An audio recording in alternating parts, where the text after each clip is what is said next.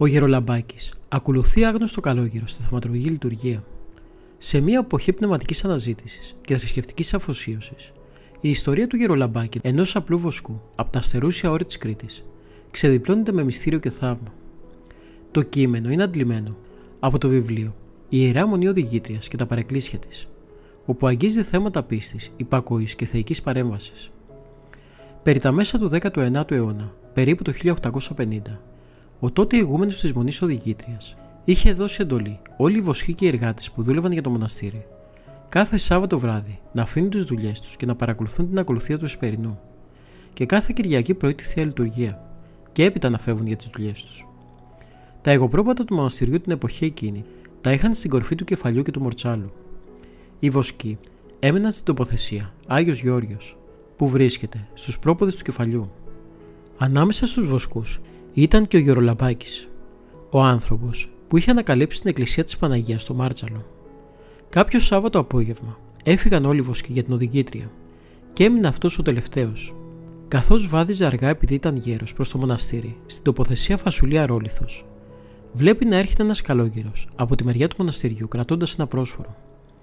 Όταν αντάμωσαν, λέει ο καλόγερος στο λαμπάκι: «Μην πας, μπάρμπα, στο μοναστήρι να λειτουργηθείς, γιατί είναι μακριά. Μόνο έλα μαζί μου. Εκεί που θα πάω θα γίνει λειτουργία και θα λειτουργηθείς κι εσύ». Ο λαμπάκης, νομίζοντας ότι θα λειτουργούσαν σε κάποιο εξοκλήσι, ακολούθησε τον καλόγερο. Πέρασαν από τον Άγιο Γεώργιο και πήραν το δρόμο προς την κορφή του κεφαλιού. Στην τοποθεσία Σπορά έφυγαν από το δρόμο και κατέβηκαν σε ένα γκρεμό. Εκεί σε μια σπηλιά μέσα είδαν πολλούς καλογύρους.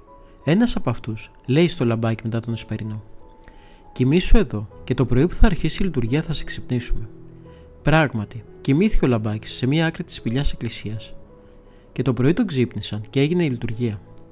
Μόλις τελείωσε, πήρε το αντίδωρό του και όταν έφυγε, χαιρέτησε τους καλογύρους, οι οποίοι του είπαν: «Εδώ λειτουργούμε κάθε Κυριακή και να έρχεσαι κι εσύ εδώ.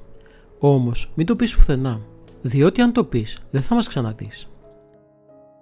Καθώς όμως ο λαμπάκης δεν είχε πάει στο μοναστήρι να λειτουργηθεί το Σαββατόβραδο, τον κάλεσε ο ηγούμενος και του ζήτησε εξηγήσεις.